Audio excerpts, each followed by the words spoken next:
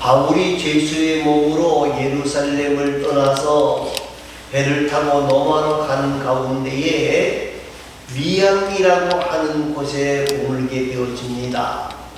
그때 하나님께서 바울에게 말씀하시기를 뭐라 그러는가 하면 절대로 이 미양을 떠나지 말고 여기서 머물러 겨울을 지나라. 만일에 이곳을 떠나게 된다고 하면 배와 목숨까지도 위협하게 되어질 것이다.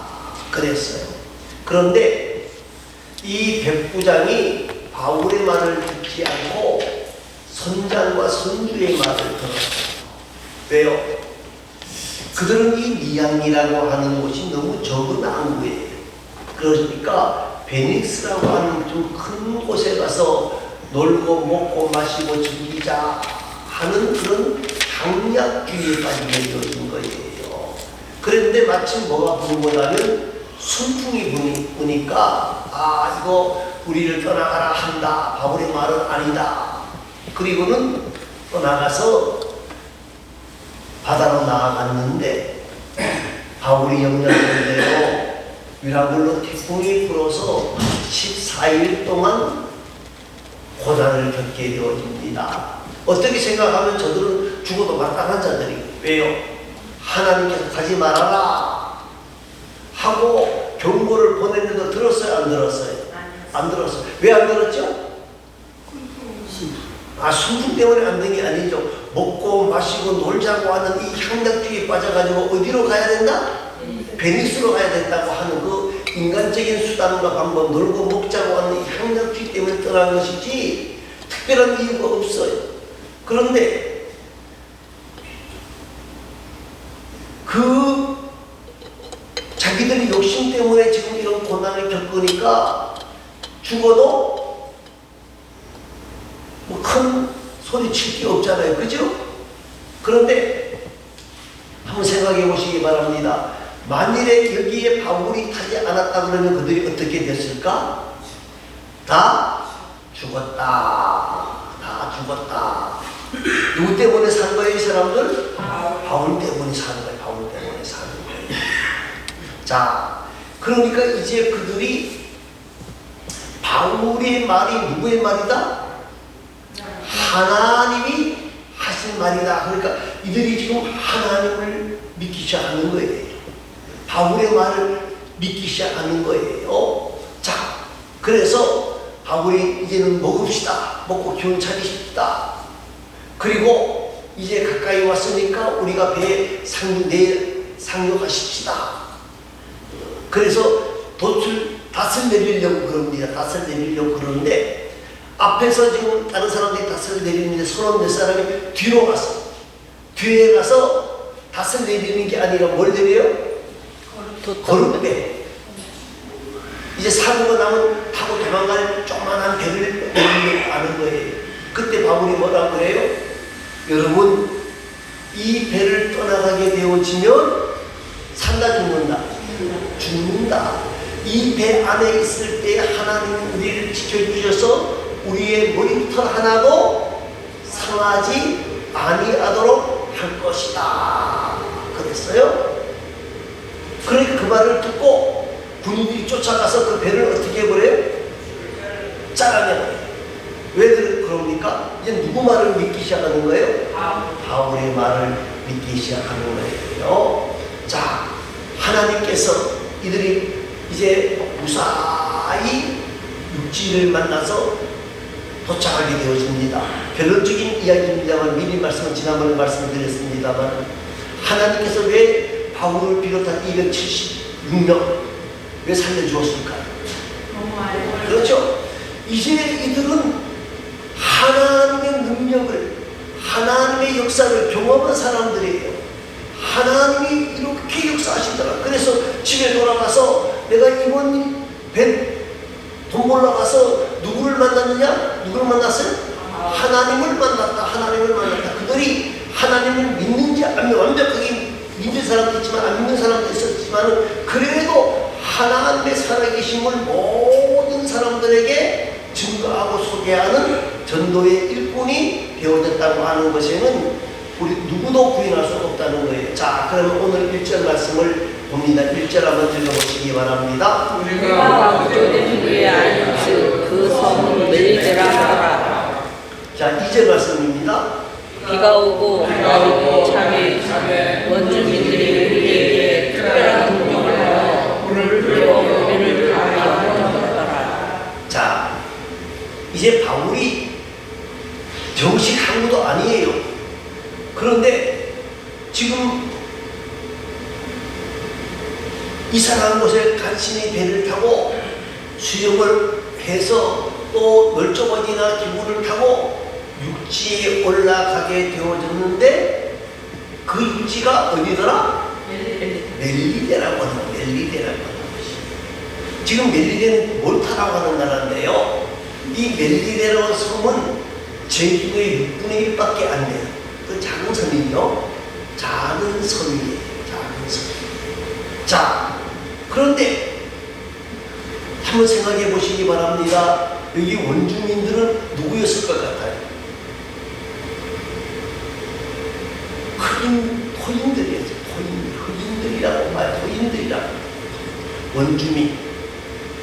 이 사람들은 말이 잘 통할까요? 안 통할까요? 안 통해요. 그런데 보니까 한꺼번에 몇 명이 왔어요? 276명. 어마어마한 인원수가 300명 가까운 사람들.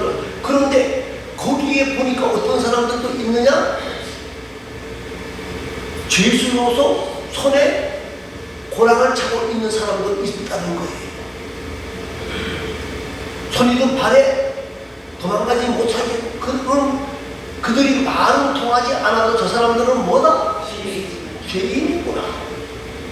자, 그러면 저놈들이 폭동을 일으키면 더군다나 군인까지 있는데 폭동을 일으키면 우리는 어떻게 할까? 우리 다 빼앗겨버리고 우리 죽을 수 있다 이런 생각도 할 수도 있었을 거야 그 말이에요.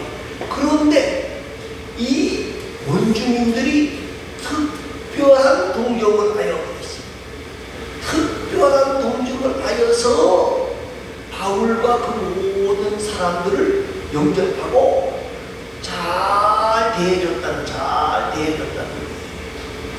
제가 보기에는 여기에 미리 성령 하나님께서 이 원주민들의 마음을 움직여 놓았다. 그렇게 생각을 해볼 수가 있습니다. 자, 그런데 사건이 터지기 시작합니다. 3절 말씀을 읽어보시기 바랍니다.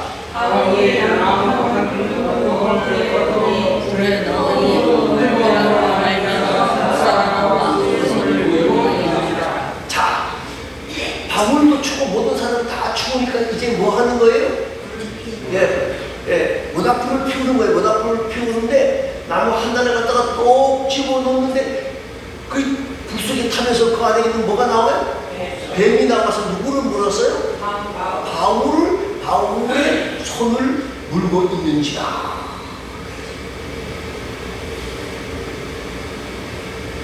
자, 그 다음 말씀 4절을 읽어보십시다.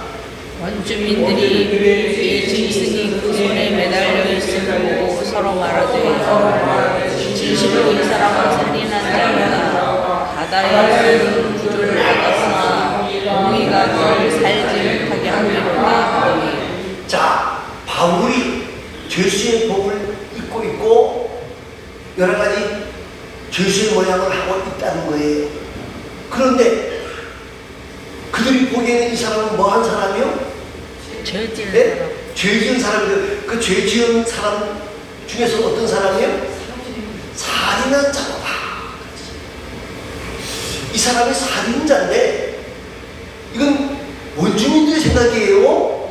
네. 살인자인데 바다에서는 살았지만은 하나님의 아직까지는 공의가 이를 살지 못하게 하는구나 하고 생각했다는 거예요.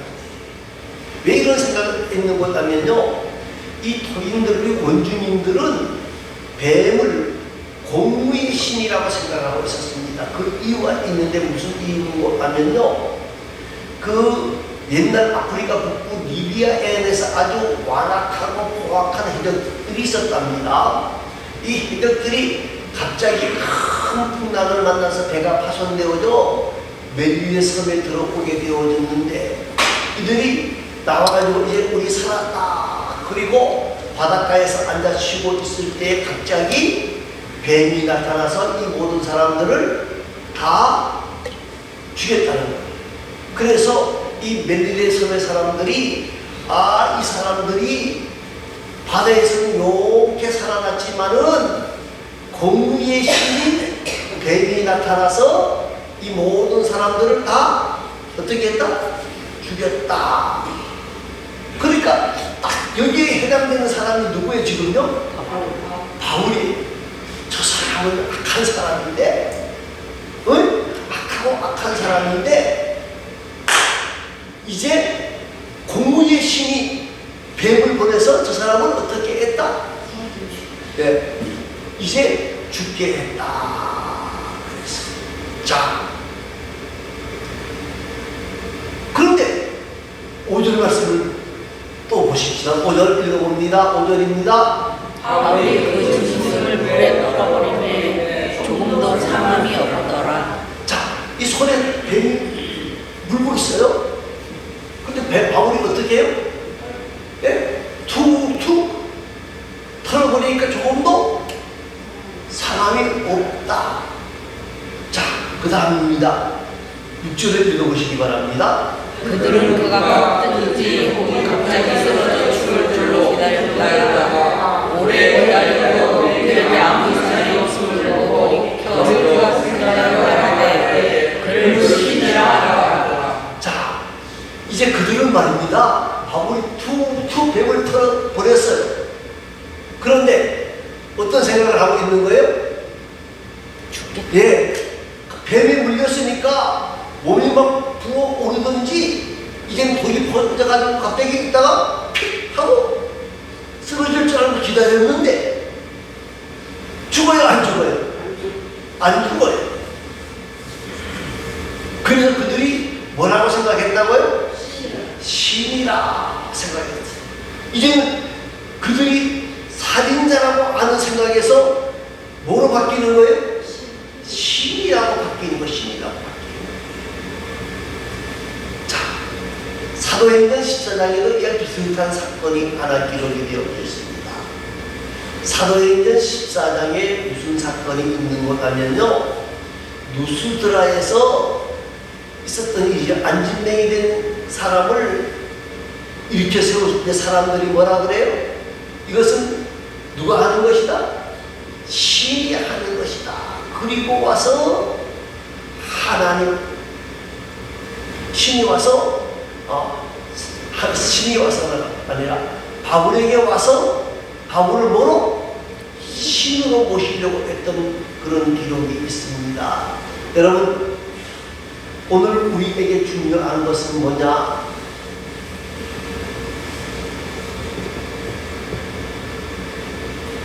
바울이 뱀에 물렸지만은 독이 퍼져 죽을 줄 알았어요. 근데 죽지 않게 되어지니까 신으로 우러러 신이라고 생각하게 되어졌다.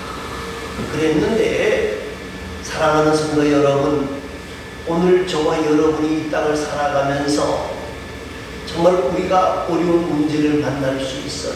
만날 수 있지만 모든 것들이 변하여 한적하여 뭐를 이루신다? 선을 이루시는 하나님을 우리가 발견할 수 있기를 바랍니다. 내가 나를 아는 것보다 더 자세하게 아시는 분이가 하나님이시래요. 하나님이시래요. 여러분, 내가 가는 길이 어둡고 힘들고 고난의 길 같지만은 우리의 모든 형편과 사정을 누가 아신다? 하나님이 아신다. 하나님이 아신다는 거예요. 사랑하는 성도 여러분, 오늘 저와 여러분이 이 지금 바울이 살인자에서 신으로 바뀌어지는 모습을 바라보면서 모든 것이 합력하여 선을 이루시는 하나님의 역사예요. 하나님의 역사예요.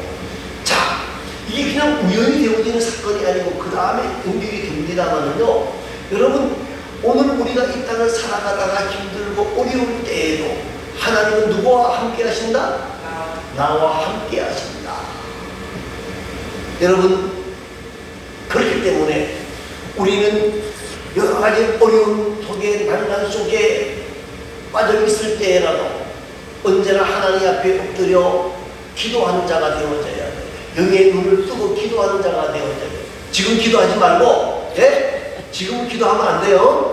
네, 지금 기도하지 말고 나중에 기도하세요. 기도하셔야 되는데, 여러분, 제가 미처 생각하지 못한 부분까지도 만져주시고 다스려 주시기를 바랍니다. 고난 가운데 주의 뜻을 발견할 수 있게 해주시기 바랍니다. 역경 가운데에 주님의 승리를 발견하게 해주시기를 바랍니다. 하고 간절히 구하는 자가 되어질 수 있기를 바랍니다. 여러분, 하나님은 합력하여 성을 이루시는 분이시라는 거예요. 템플이라고 아는 유명한 목사님이 있는데 캠브리지 대학교에 가서 학생들에게 말씀을 증거할 그런 기회가 주어졌습니다. 그래서 무슨 말씀을 증거할까 그러다가 기도에 응답하시는 하나님이라고 하는 제목으로 말씀을 드렸습니다. 자, 우리의 기도를 하나님이 들으신다. 기도에 응답하시는 하나님이시라고. 그랬더니 한 학생이 손을 딱 들고 설명하는 게 목사님, 지금 어느 시대인데 기도가 응답된다고 그렇게 말씀하십니까? 기도가 응답하는 것은 뭐다? 우연의 일치다. 그건 기도가 응답되는 게 아니라 뭐라는 거예요? 요행입니다. 그랬더니 말씀을 증거하시던 이 목사님이 뭐라 그러는 거냐면요, 청년의 말 들을 일리가 있네요. 청년의 말 들을 일리가 있어. 그런데 내가 이상한 거 하나 얘기할까? 이상한 것은 기도하면 우연한 일이 생기고 기도를 안 하면 우연한 일이 생긴다 안 생긴다? 안 생기는 거야. 지금 이건 학생의 입장에서 말하는 거예요. 그래서 나는 기도하면 우연이 자꾸 생기고 기도 안 하면 우연이 안 생기기 때문에 나는 뭐한다? 기도한다. 기도가 응답되는 것이 우연이든 아니든 기도하면 뭐가 온다는 거예요? 응답이 오기 때문에 그것이 중요한 것이다. 그랬더니까 그 예배에 참석했던 사람은 예수 믿는 사람만 참석한 게 아니잖아요. 학교 체포 시간이니까 학생이 치는 거예요. 그래서 그 어떤 목사님이 와서 말씀을 증거할 때보다 학생들이 더 큰 은혜와 사랑을 만났다고 하는 증거를 합니다. 여러분, 우리의 삶이 우연이 아닙니다. 하나님의 섭리입니다. 오늘 하나님께서 바울을 뱀이 물게 하게 하신 이유가 있어요. 자, 그 다음 말씀입니다. 7절 말씀을 한번 읽어보시기 바랍니다. 이 섬에서 가장 높은 사람 오블리오라 하는 이가 그 근처에 토지가 있는지라 그가 우리를 영접하여 사흘이나 친절히 머물게 하더니. 자, 신이라고 하는 생각 되어지니까 가장 높은 사람 추장이겠죠. 추장에게 이들이 가서 이야기를 한 거예요. 지금 바다에서 사람들이 나왔는데 뱀에 물려서도 죽지 않고 살아있는 사람이 있습니다. 그러니까 버블리오가 영접하러 나온 거예요. 버블리오가 영접을 했어요. 그리고 자기 집에서 사흘이나 친절하게 머무르게 했어요. 그런데 사흘 동안 머물러 있다가 보니까 뭐가 있어요? 그 집 8절 읽어보시기 바랍니다. 8절 뭐예요? 오블리오의 불신이 멜로와 이질에 걸려고 있거든 바울이 들어가서 기도하고 그에게 안수하여 낫게 하네. 예, 3일 동안 거기 머물러 있다가 말은 잘 안 통하다고 이렇게 하다 보니까 아버지가 뭐 하고 있는 거예요? 아빠 누워 있는 거예요.